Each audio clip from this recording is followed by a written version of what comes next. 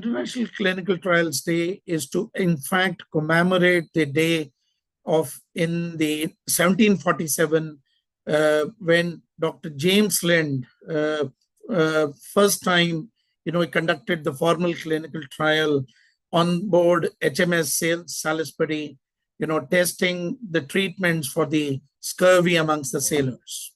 And that was the first time the formal, clinical trial, in a sense, was conducted.